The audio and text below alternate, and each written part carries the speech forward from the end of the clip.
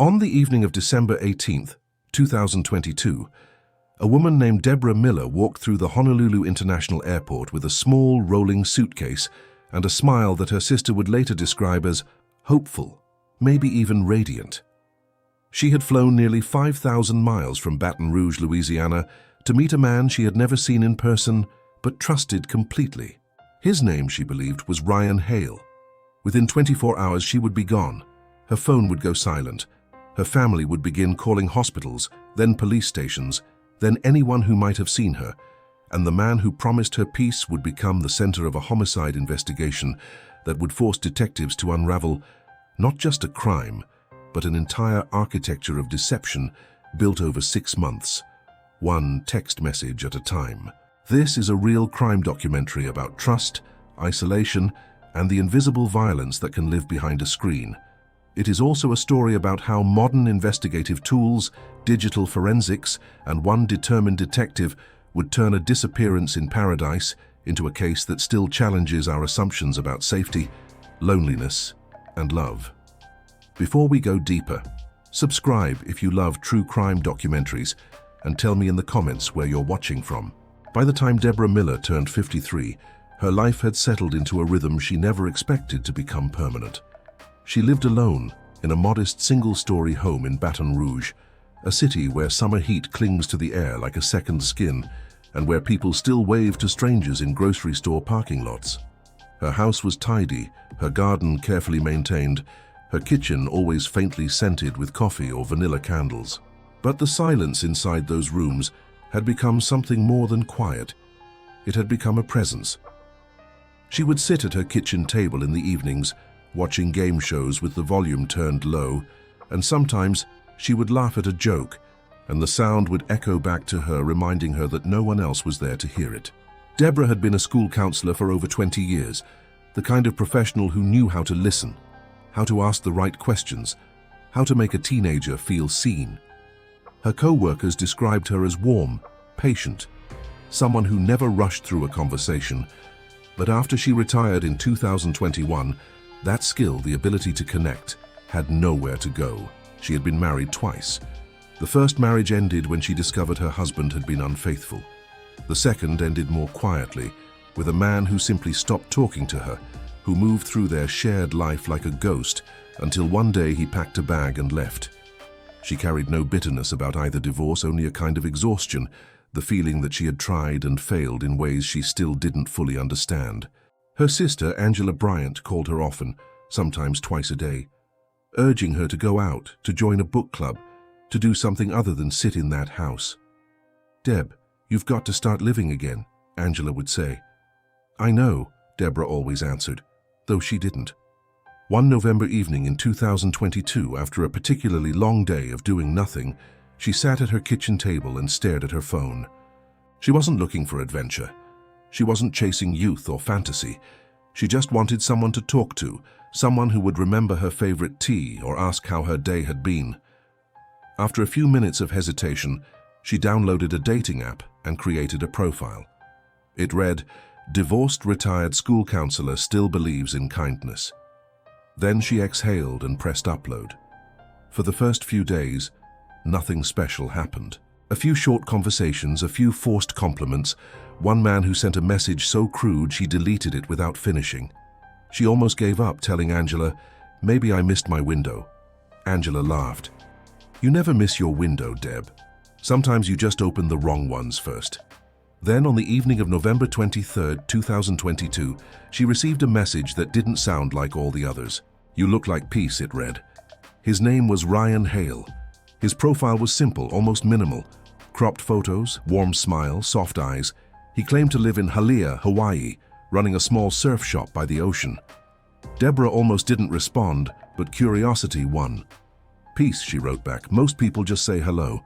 He replied instantly, "Hello wouldn't have fit you." That line changed everything. They talked for hours that night about faith, family, music, the ache of being lonely in a world that never stops talking. She went to bed that evening smiling, something she hadn't done in months. The next morning, there was a text waiting. "Good morning, beautiful. Don't forget your tea. By noon, another. Hope today's been gentle to you."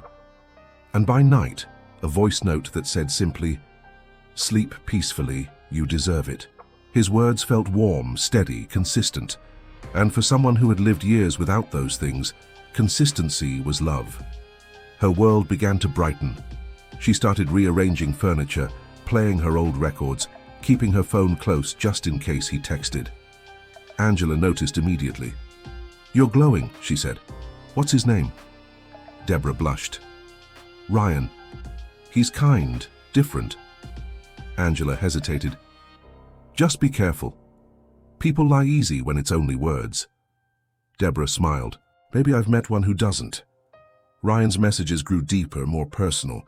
He remembered details she didn't expect anyone to remember. The church she used to attend, the way her father taught her to play dominoes, the garden she planted after her last divorce. He told her she had a voice that felt like calm. And Deborah, who had spent years doubting her own worth, began to feel like maybe love hadn't forgotten her after all. She began waking up with purpose again. She bought new curtains, joined a beginner's yoga class, filled her kitchen with fresh flowers. Her friends said she looked younger. "Maybe life's not done with me," she told Angela one morning, laughing through the phone. But there were moments that didn't sit right. Sometimes he wouldn't answer for hours, then reappear with an apology and a gentle tone that erased her worry. When she suggested a video call, he claimed his phone camera was broken. Once, when she joked about all his cropped photos, he laughed too quickly. "You'll just have to trust I'm worth seeing in full," he said. She laughed too, but a small knot of unease stayed somewhere in her chest. Angela caught it right away. "Something's off," she warned. "If a man's real, he shows up." Deborah sighed. "He's not hiding, Ang. He's private. Private can turn dangerous if you stop asking questions." "I've asked," Deborah said quietly. "I just like the answers." For the first time in years, she felt chosen, seen, heard. And after everything she'd lost, that feeling was enough to quiet her doubts. She wasn't chasing romance. She was chasing connection, the kind that makes a quiet house feel alive again. But what Deborah didn't know was that every message, every gentle word, every promise of peace was slowly leading her towards something far from love.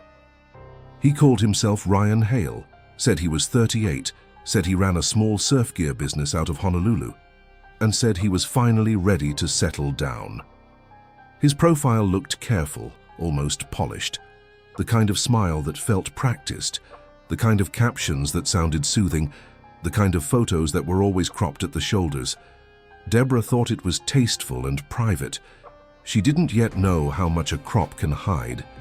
He messaged with patience, he wrote with warmth, and he kept the tone soft enough to feel safe. When she shared a memory, he matched it with one of his own. When she paused, he filled the silence with a line that felt made for her.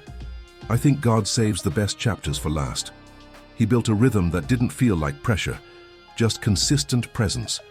Morning voice notes, where his tone stayed low and slow. Afternoon texts about sunlight and gratitude. Late-night messages about the ocean and manifesting love. He knew how to sound gentle. He knew when to say less.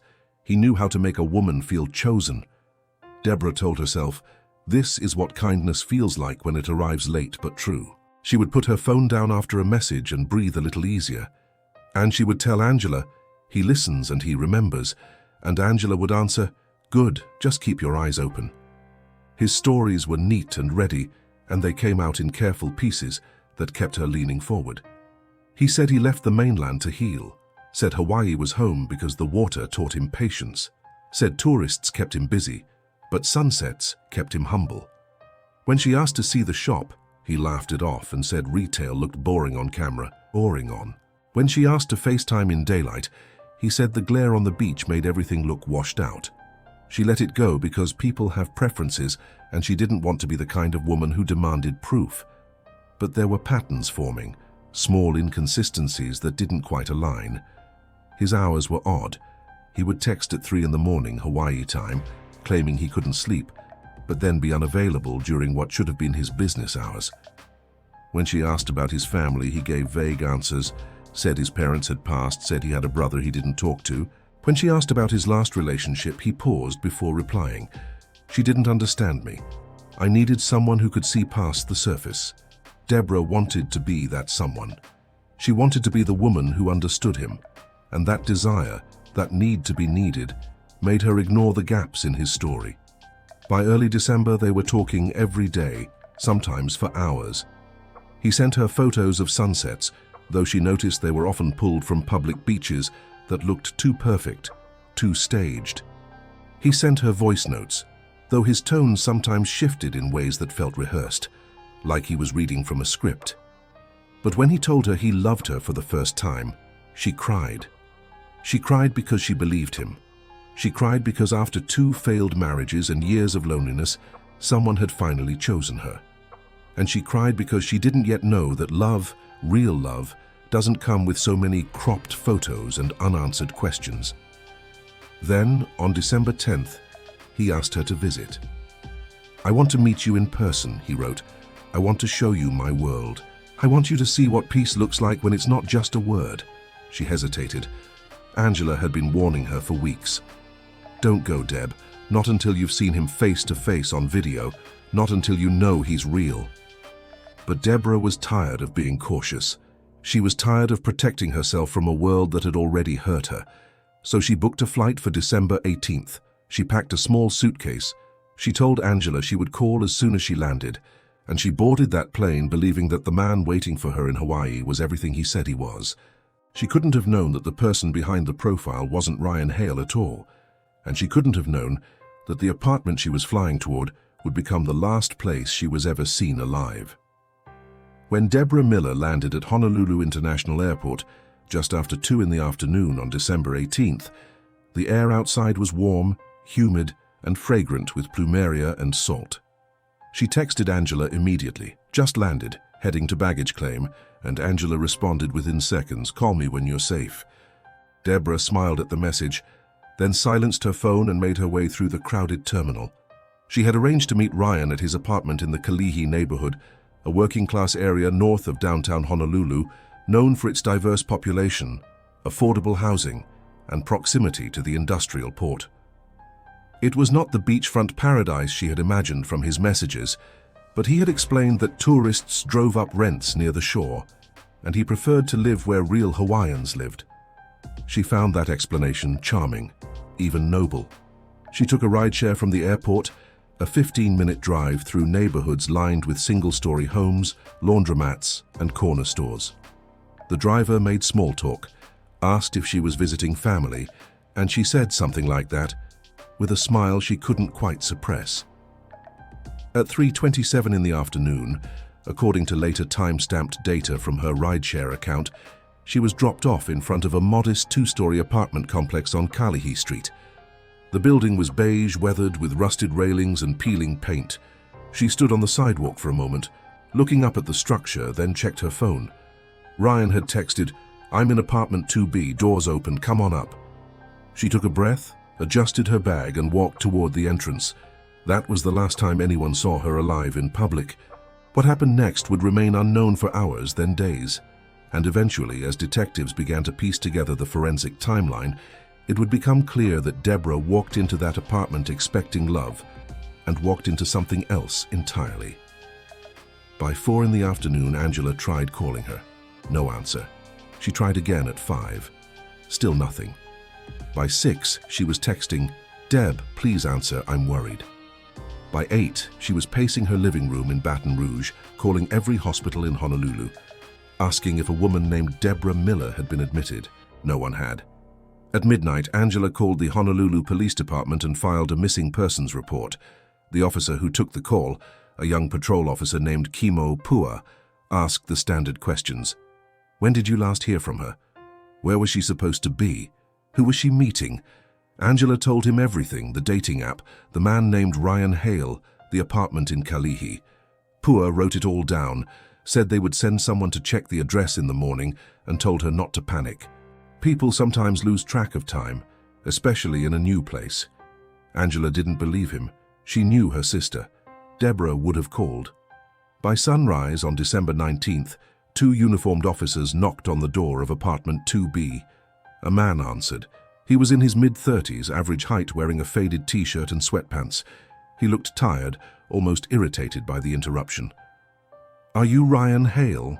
one of the officers asked. He hesitated, then nodded. "We're looking for a woman named Deborah Miller. She was reported missing. Her family said she was supposed to meet you here yesterday." The man's expression didn't change. "She was here," he said. "We talked for a bit. Then she said she wanted to see the beach. She left around 6. I haven't heard from her since." The officers asked if they could come in. He let them. The apartment was small, clean, almost too clean. The floors had been recently mopped. The air smelled faintly of bleach. There was a couch, a small kitchen table, a single bedroom with a neatly made bed.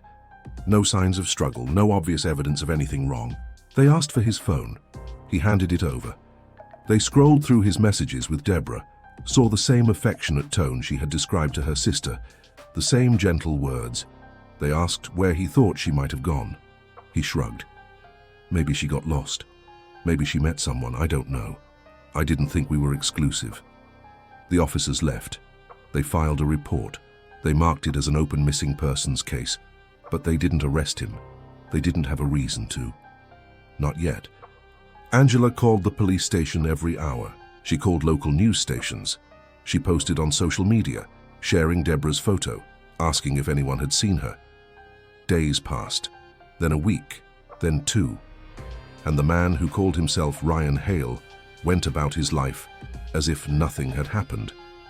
But something had happened, and it would take the determination of one detective, a series of forensic breakthroughs, and a single piece of overlooked evidence to prove it. Detective Leilani Caho had been with the Honolulu Police Department's Criminal Investigation Division for 11 years. She was known among her colleagues as methodical, patient, and stubborn in the best way. When a case didn't close, she didn't move on. She stayed with it. On January 3rd, 2023, more than 2 weeks after Deborah Miller disappeared, Caho was assigned to review the case.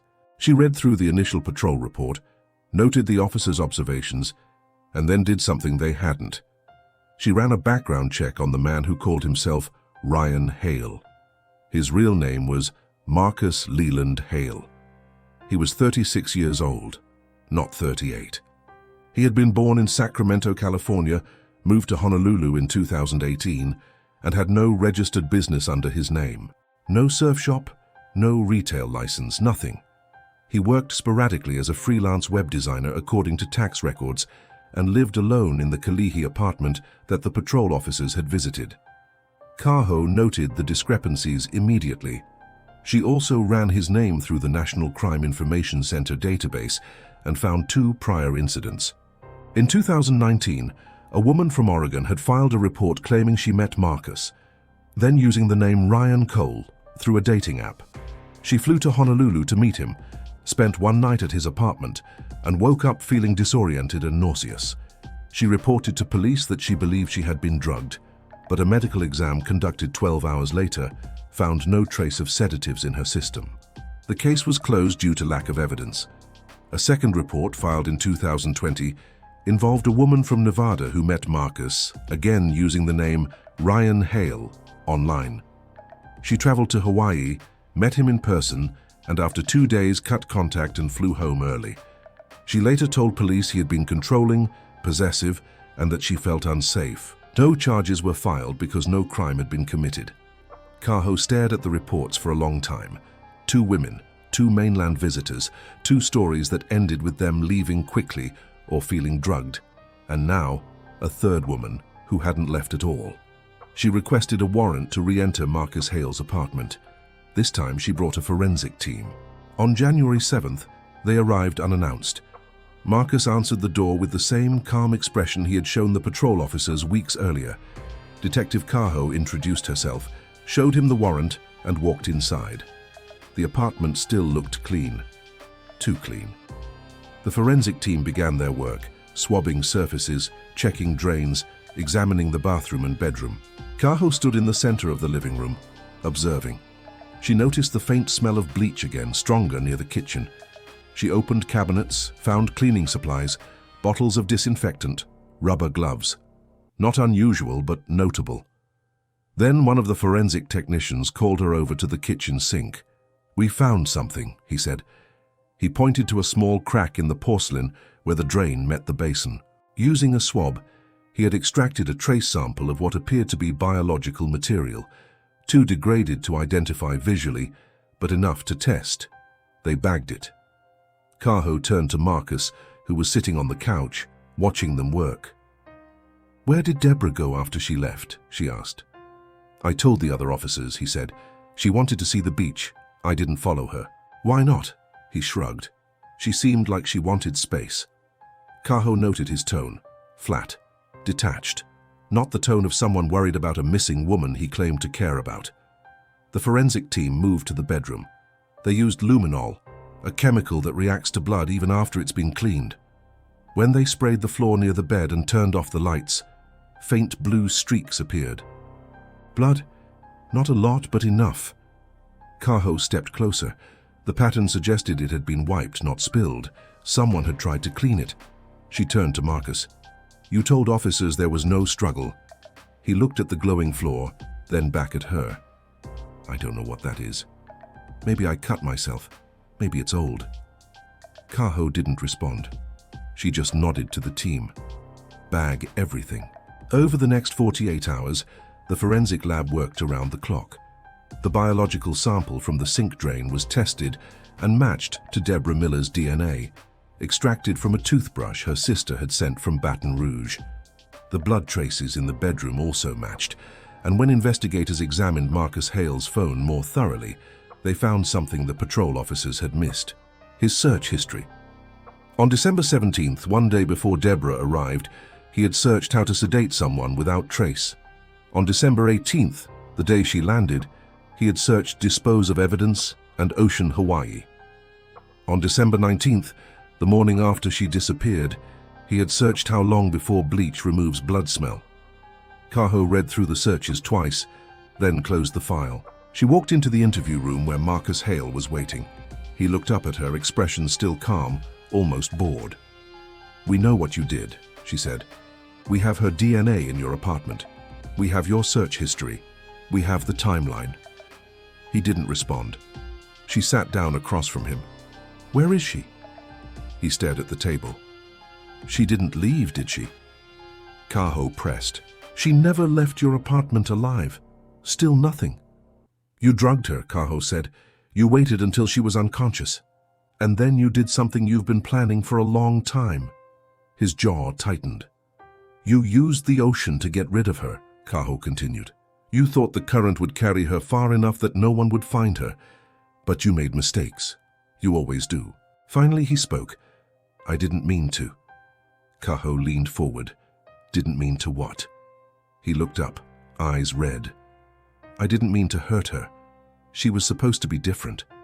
But she wasn't. None of them are." That was the moment the case broke. Not with evidence alone, but with the admission that had been building since 2019. Since the first woman who woke up disoriented. Since the second woman who fled early. Marcus Leland Hale had been rehearsing this crime for years, and Deborah Miller had been the one who didn't escape. The interrogation lasted 12 hours. Detective Leilani Caho sat across from Marcus Hale in a windowless room lit by fluorescent lights that made everything look pale and exhausted. A camera recorded every word. A second detective, Officer Kimo Pua, stood near the door, arms crossed, watching. Marcus had waived his right to an attorney, a decision Caho found both telling and dangerous. People who waive counsel usually believe they can talk their way out, she thought, or they've already given up. For the first 3 hours, Marcus stuck to his original story. Deborah came to visit. They talked. She left. He didn't know where she went. But Caho didn't push. She let him repeat himself, let him believe his version was holding. Then, slowly, she began introducing contradictions.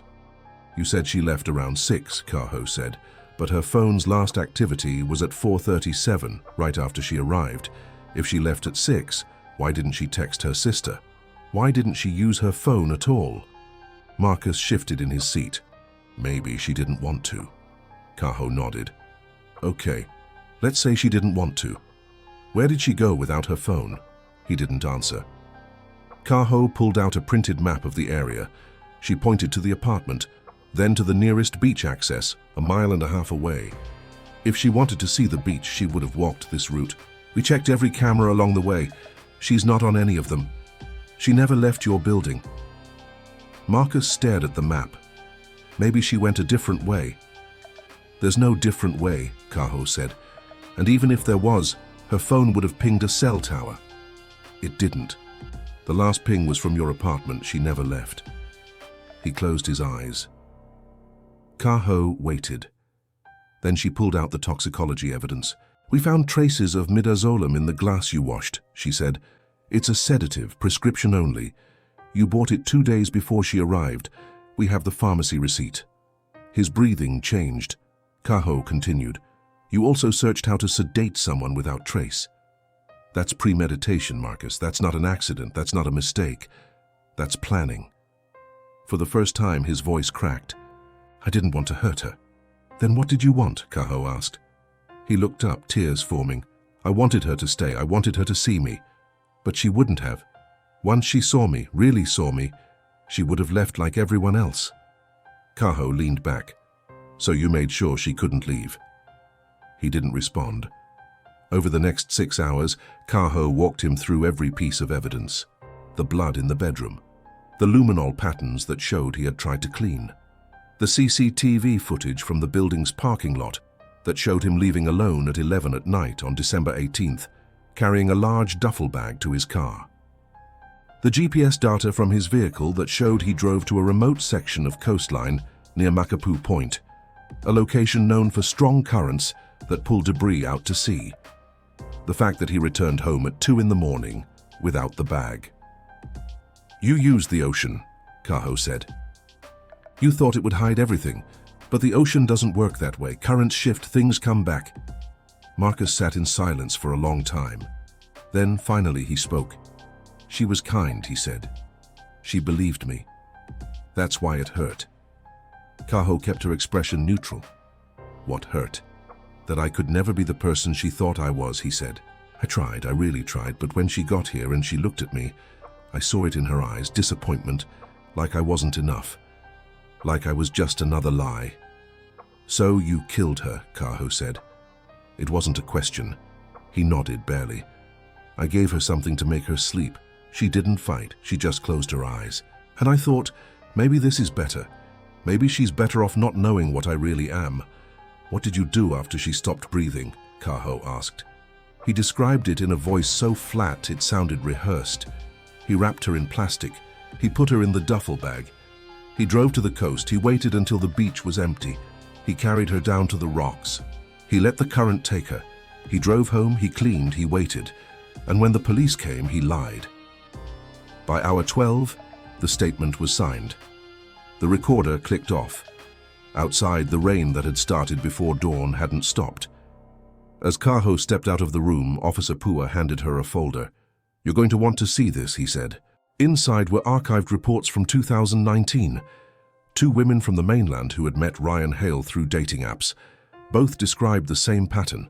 Cropped photos, emotional manipulation, late-night phone calls that felt like therapy sessions. One of them had reported being drugged in his apartment, but woke up before anything worse happened. The case was closed for lack of evidence. Caho looked through the old report quietly. "He's been practicing," she murmured. "He learned from it," Pua replied. "Just not the way we hoped." When she walked past the interrogation room again, Marcus was still sitting there staring at the wall. He didn't ask for a lawyer this time. He didn't ask for anything. The same man who once used words to build illusions now had none left that mattered. His lies weren't about love. They were about power, the illusion of control he never had. Every conversation, every flattery, every half-truth was a rehearsal for this moment, where being seen meant being feared. By nightfall, the paperwork for first-degree murder was complete. The ocean he thought could hide his crime had turned against him. The current carried everything back, her blood, her voice, his guilt. And when the confession was finally read aloud in the precinct hallway, the detectives didn't cheer. They didn't celebrate. They just stood there, listening to the sound of a man realizing too late that control was the only thing he ever wanted, and the only thing he never truly had. The air inside the Honolulu District Court felt still, like the island itself was holding its breath. It was March 15th, 2023, 3 months since Deborah Miller's body had disappeared into the Pacific. and the courtroom now stood as the final shoreline between truth and denial. Marcus Leland Hale, no longer using the name Ryan, entered in a wrinkled beige suit, escorted by 2 deputies. His wrists were free, but trembled slightly as he sat. The same man who once charmed strangers with poetic texts now avoided every gaze in the room. His hands fidgeted on the table, his thumb rubbing the edge of a legal pad until it frayed. Across from him sat Angela Bryant, Deborah's sister. The photograph of her sibling pressed against her chest like a heartbeat. She had promised herself she wouldn't cry in public again. But grief doesn't respect promises. Prosecutor Michelle Tanaka began without theatrics. Her tone was deliberate, almost gentle, but every sentence landed with precision. Marcus Hale's crime did not begin on the night Deborah died, she said. It began when he created the lie she would fall in love with. She clicked to the first exhibit, a pharmacy receipt dated December 16th, 2 days before Deborah's arrival. The screen magnified the purchase, a sedative strong enough to render a person unconscious in minutes. He didn't buy this for sleep, Tanaka said. He bought it for control. The defense attorney, Daniel Reeves, tried to rebuild what little humanity Marcus had left. He spoke of childhood ridicule, lifelong insecurity, impulsive reaction, but the words floated in the courtroom like smoke, visible for a second, gone the next. The jurors' faces stayed cold. Then came the digital evidence. Each search term glowed on the screen under the fluorescent light. How to sedate someone without trace. Dispose of evidence, Ocean, Hawaii. How long before bleach removes blood smell? The silence that followed was heavier than any testimony. When Detective Leilani Caho took the stand, she recounted the investigation, the glass with sedatives, the luminol glow, the CCTV frame that caught Deborah's last known movement. He said she left peacefully, Leilani said, but everything in that room told us otherwise. Marcus stared at her, expression blank, lips pressed so tight they lost color. The calm he once wore like armor had eroded. What remained was a hollow kind of defiance. Then Angela stood. Her voice wavered at first, then steadied into something stronger than sorrow. My sister wasn't reckless, she said. She was lonely. She believed in forgiveness more than fear. She met a man who said all the right words, and those words killed her. She lifted the photo showing Deborah's smile to the jury. She wanted love. He gave her death. But I hope you see what I see. That trusting someone isn't weakness. The weakness is in the people who weaponize that trust. No one moved when she finished. Even the clerk's pen hesitated before scratching another note. Over 5 days, testimony layered itself like coral, each detail small, together unbreakable. The jurors listened to the forensic experts, the digital analysts, the neighbors who heard muffled noises but thought nothing of it. Each witness built a bridge toward the inevitable. On March 21st, the case went to the jury. 4 hours later, the bell rang. Everyone rose. Everyone. On the charge of second-degree murder, the foreperson read, voice trembling, "We find the defendant guilty." On the charge of unlawful restraint, guilty. Angela's breath caught. A small sound swallowed by the room. Marcus blinked once, twice, then dropped his head into his hands. The next morning, the judge delivered the sentence. Life imprisonment without the possibility of parole. His words echoed off the wooden panels, final and cold. Marcus was escorted away in silence. As he passed the gallery, he glanced toward the photograph of Deborah still resting on Angela's lap. For a second, something flickered behind his eyes. Not regret, but recognition. The illusion was finally dead, and he was left alone with the version of himself he had spent years trying to hide. Outside, reporters waited behind yellow tape, microphones catching fragments of grief. Angela stopped briefly, her voice breaking but clear. She came here to find peace. Instead, she became a headline. I just hope someone watching remembers that trust can be dangerous, but silence after pain is worse. Leilani walked out moments later, the trade winds pushing strands of hair across her face. She didn't speak to cameras. She just looked at the sky, whispering something no one else could hear. Maybe it was Deborah's name. Maybe it was a prayer for the next woman who would believe too easily. Justice in paradise didn't feel like victory. It felt like a quiet reckoning. The case of Deborah Miller and Marcus Leland Hale didn't end with a verdict. It lingered in the spaces where law and human behavior collide, in the conversations about online safety, in the warnings shared between mothers and daughters, in the quiet fear that trust might one day become a weapon. In the months following the trial, Angela Bryant became an advocate for stronger verification systems on dating platforms. She testified before state legislators in Louisiana, urging them to require identity checks before users could message strangers. Some platforms responded by adding optional video verification features, though none made them mandatory. The debate continues. Marcus Hale, now incarcerated at the Halawa Correctional Facility on Oahu, has not spoken publicly about the crime. According to prison records, he spends most of his time in isolation, not for safety, but by choice. Inmates who have encountered him say he rarely speaks, and when he does, it's only to correct small details like someone still editing a script no one will ever read. Detective Leilani Caho was promoted to sergeant in 2024. In interviews, she has spoken carefully about the case, emphasizing not the horror of what happened, but the patterns that led to it. "People think these crimes are spontaneous," she said in one interview. "They're not. They're rehearsed. And every time someone gets away with a smaller version, they get bolder." Deborah Miller's body was never recovered. The ocean, as Caho predicted, did not return her, but her absence has become a presence, a reminder that behind every missing persons case is a person who mattered, who laughed, who loved, who believed. Angela visits Hawaii once a year, not to see the apartment or the courtroom, but to stand on the beach where investigators believe her sister was taken. She doesn't bring flowers. She doesn't leave notes. She just stands there watching the water, whispering her sister's name. In the world of true crime investigations, this case has become a reference point for how digital forensics and patient detective work can solve crimes that seem impossible. The search history, the toxicology traces, the luminol patterns, all of it came together because Caho refused to accept the easy explanation. She understood that sometimes the absence of evidence is evidence itself, and she understood that the men who commit these crimes are not monsters born in the dark. They are people who learned, step by step, how to hide.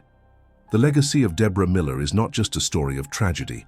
It is a story about the invisible architecture of manipulation, about how loneliness can be exploited, about how trust can be weaponized, and about how one detective's refusal to stop asking questions turned a disappearance into a conviction. It is also a story about the limits of justice, because while Marcus Hale sits in prison, the systems that allowed him to meet Deborah, the dating apps with no verification, the lack of cross-state information sharing on predatory behavior, the gaps in victim protection, those systems remain largely unchanged. And somewhere right now another person is receiving a message that says, "You look like peace," and they are deciding whether to believe it.